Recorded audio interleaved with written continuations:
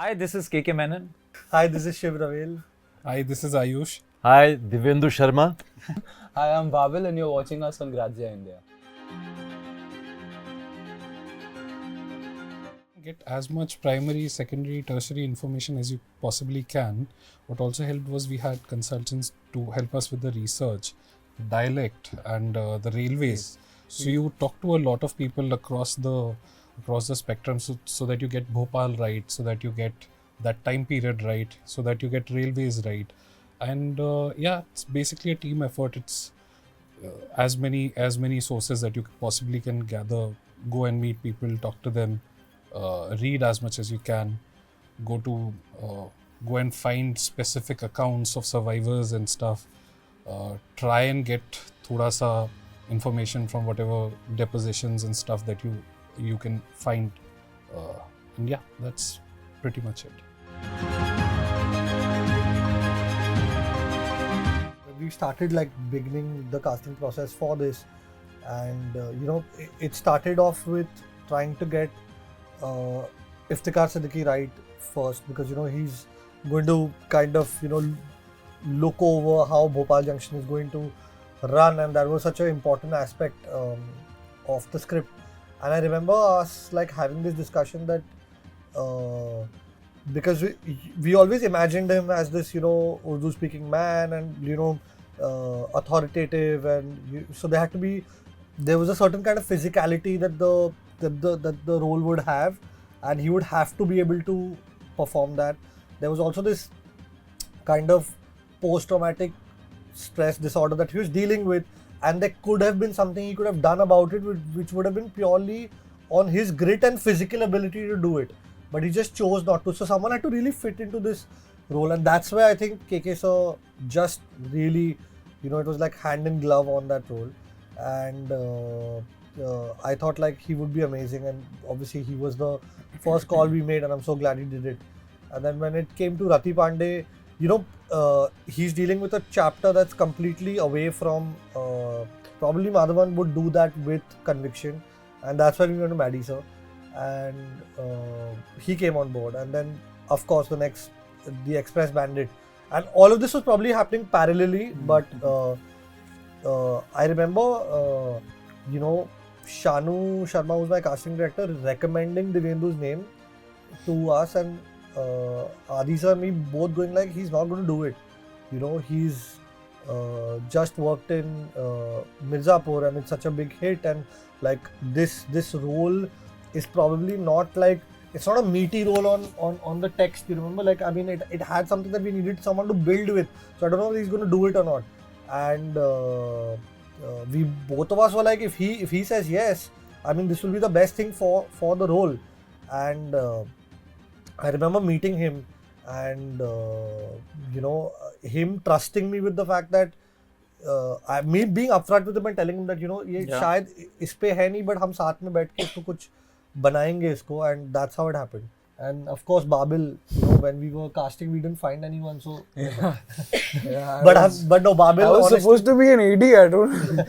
Babil, when we saw, there's something I was looking for this boy with the weight of the world on his shoulders, and then we saw Shanu and me were discussing one day, and we came across Babil's pictures on Instagram, and I'm he has such an interesting face. Also, it's like he probably it looks like he belongs to a small town. Could be very interesting to. Generally your hair was not I'm not taking it as an offense. Yeah. So I think that's how it happened, and then he came on board. So it was everyone fit hand in glove, and it was perfect. I don't think I was in a position to sit and decide whether I want to do this or no. I was shooting for Kala, and Shiv approached with the story, and first of all, I loved the story. I loved Shiv.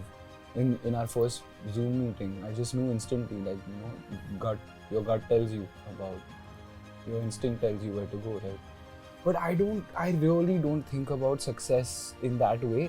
Oh, ये film मेरे career के लिए क्या करेगी? I don't as a human being, what this series gave me is so much more than the material aspect of success that I can't quantify it into words, but I evolved as a human being working in this and on this set and working with the people I worked with, and I think that is greater than any kind of material success. Very subjective, very difficult to objectively put it. I took deep breaths for sure. That's there in the movie, in the series. So I was gasping for breath, for sure. So part of Sindiki was that. And apart from that, yeah, my normal process, the way I normally approach every person that I believe in playing people, so it becomes that much more easier instead of playing the role. For me, it was just about discussing with Shiv and Ayush. The more I used to discuss, the more I used to read the text, he came up. Came up and said hello. I said, okay, fine, I shall play you. And that's what happened. So it's very difficult to objectively put it, this is what exactly I've done. And then once you have this person within you, then you sort of put him in that situation and see how he reacts and enjoy it. That's all.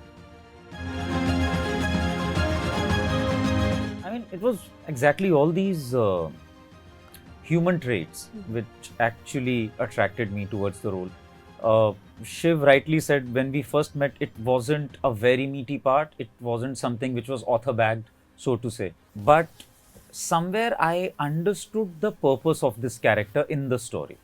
So I understood that, okay, the story needs this character to bring the other side of humanity, you know, where maybe a person is not that committed to save others, or, you know, believes in the goodness of life. He sort of represents a very regular layman, you would want to say, maybe not a layman, but maybe someone who is much more for himself rather than for others, you know.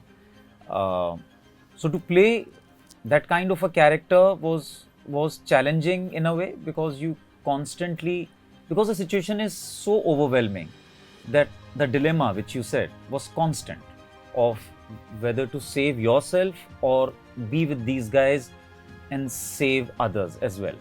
Also, there is this other hidden motivation for him to be there on that station, because they are serving a much bigger goal than just to entertaining people, you know.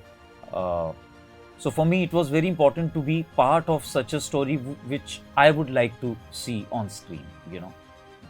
Working on a character was discussing with Ayush and Shiv happened slowly and steadily.